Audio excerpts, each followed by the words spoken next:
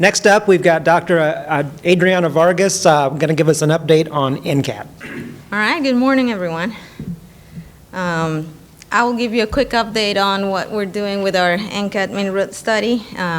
Tim has already given you part of, or has done half my job today. But again, there's some things that I should probably reemphasize. It doesn't hurt to hear them twice. So just to give you a good idea, right now, 2022 is marking the 10th anniversary since we started with the PG study. We have treatments from all different categories, ranging from crack sealing to combinations to full depth reclamation. And many of the sections are still in good to fair condition, so that's something I think is pretty impressive. Right now, we are working with this pool fund under TPF 5, parentheses 375. So this is what we're calling phase 2, but it's really a third cycle if we think of NCAT research cycles.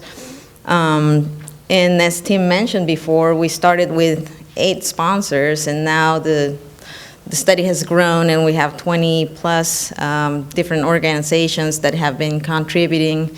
And that just shows how significant the findings have been and how people feel about our study. So this is what we have right now. And these are our sponsors, and you will see many of them, or some of them, are people from this very regional partnership. So we're very thankful for the support that we've had throughout the years, and it's made possible for us to just continue to study these sections and get more valuable information. Just a visual of where we have our sections, our study sections. So we started with our Lee Road 159, like we've said several times today. So that was back in 2012. We put those down on a county road, very low traffic volume, lots of trucks. So that's in Auburn, a couple of miles from our NCAT main lab. So that's 10 years ago, and we really haven't done anything since.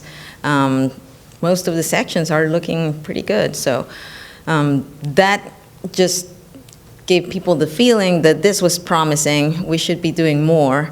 So 3 years into this study, we said, well, let's try something else. Let's put down some of these treatments, but in a different roadway with more traffic.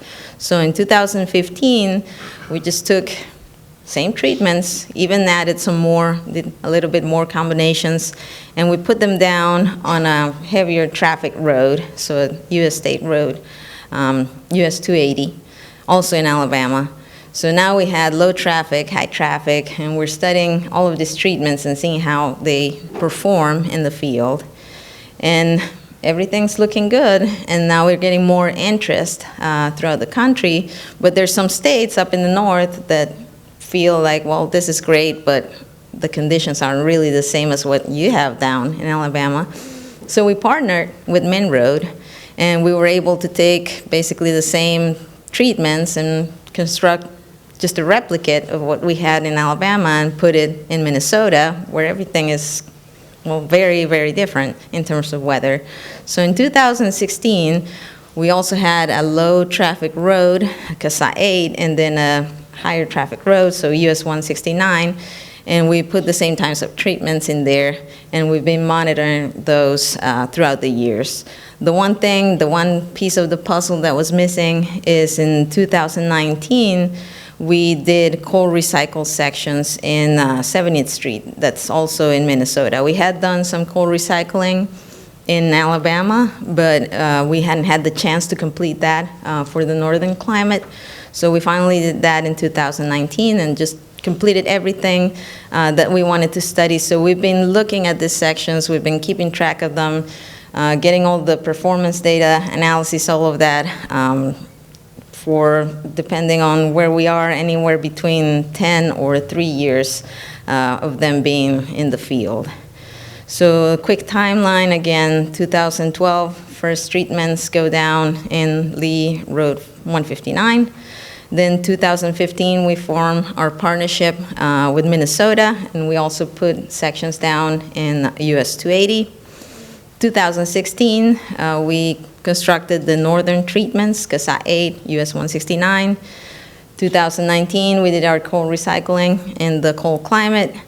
And in 2020, I wanted to emphasize this. In 2020, we had to resurface some of the control sections in Minnesota, but just the controls. So gives you an idea that all the treated sections are performing much better.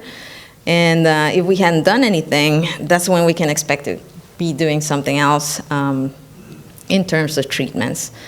Then 2022, we had an 18-month extension to our project. So we are set, and for some reason, the font got too big for those little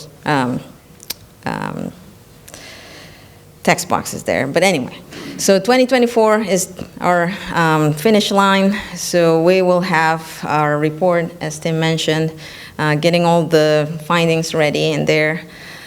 So that's where we are right now in that process of finalizing, getting our reports, getting our analyses, and trying to put everything together in a format that is useful for everyone to actually go and implement the findings. So some of our treatments we have, like I said, starting with crack sealing, something simple, cost-effective, and it really does make a difference. We did have our webinar a couple of months back, just looking at the benefits of just the crack sealing and how much that really helps improve performance of our sections. We also have chip seals, and within that category, we have a lot of different variations. So we have single layers, we have double, triples, we've combined chip seals with crack sealing or mastic. We have fiber mat chip seals, we have scrub seals that I put there under that same category. We also have different types of microsurfaces, so we have single, double layers. We've combined microsurfacing with crack sealing. We got microsurfaces with fibers and also high polymer content. We've got two types of Fox seals, so what we call the conventional Fox seal and a rejuvenating Fox seal. And we also have different types of thin overlays. So thin overlays will typically be 3/4 of an inch. Some of them are an inch, and that's about as thick as we will go. So we have thin overlays, mixes that are all virgin materials. We have mixes that have wrap or RAS, or a combination of both. We have unmodified and modified binders. We have high polymer modified binders. We have ultra-thin bonded wearing courses and OGFCs also, so a good variety within the thin overlay category. And for coal recycling, we have cold in place, cold center plant, and some full depth reclamation sections. Those are only in the northern climate. And also, we've done a lot of combinations. So we either have like a chip seal microsurface combination or a chip seal thin overlay combination also, which have proven to be very effective for treatment performance or pavement performance. Quick snapshot. So right now, with all of this that I've said, we have 145 test sections that we are monitoring and just analyzing constantly. So it's a good bit of data that we keep collecting and analyzing. All of those sections combined, so most of them are 1/10 of a mile in length. Our first sections were only 100 feet long, but if we just kind of add up all the length for the different sections, we had about 13 lane miles that we keep monitoring. And if we think of how long each section has been down and how long it is in length, and we put that into the terminology for like remaining service life, we will have about 81 lane mile years worth of data at this point. So it's a lot of information that we keep collecting and analyzing, and I think we're getting very valuable findings from that. And hopefully that will help all of you to just manage your payments better, get that information in a format that you can use. Where we are right now in terms of performance, again, just to give you a quick snapshot. So the first two bars that you'll see is Lee Road and US 169. That's the hot weather sections, as you can see there with the happy sunny face. And then the other 3 will be the Minnesota sections. The thing to also emphasize here is that they have different ages. So again, Lee Road, 10 years, and then the others, it will be anywhere between 7, 6, or 3 years. We use the MAP 21 indicators. As Tim mentioned, it's easy to communicate with our sponsors in terms of the MAP 21 measures.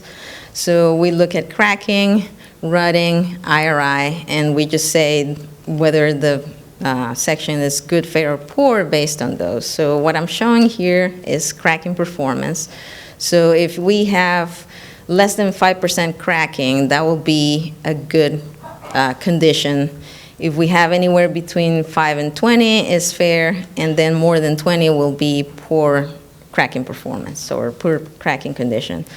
So this is the percent of sections within each of the different locations that is in each of those categories. So Lee Road 159 has a good bit of sections that have overpassed that 20% cracking threshold, and it's not surprising because they've been down for 10 years. Still, the ones that have the most cracking will be the controls, where we didn't really do anything. So there may be some that are considered poor, but there's the ones that are really poor, where we didn't do anything. All other sites, we don't have as many sections in the poor category. One thing also to note here is on Lee Road 159, we still have one section that is less than 5% cracking after 10 years of having put the treatments down. So we can achieve some very good performance in terms of cracking. For the other, everything is pretty much mostly in the fair condition range, and just a few sections falling in that poor condition category. Most of what you will see in red will be untreated sections. I need to emphasize that. There's some treatments that have gotten more than 20% cracking, but maybe they're not necessarily treatments that you would use to address cracking. That's also something that we like to emphasize. And one thing is that when we think cracking and 20%, we're thinking, oh my God, that's probably terrible.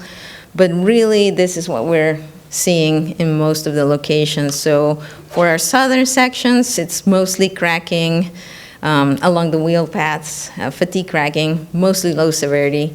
This is from US 280, so that's kind of what you can see there. It's not terrible. Even though it's cracked, it's still pretty tight. So I think that's also one thing that we want to emphasize, that I think the treatments are still being effective on trying to control moisture penetrating into the pavement structure. For the northern sections, it's thermal cracking, very, very aggressive is what we will see. And that also affects other things like ride quality, for example. But that will be the main concern for the northern sections. Also, that cracking is just cracking that was there at the time of treatment, and eventually it came and reflected to the surface where we put down treatment.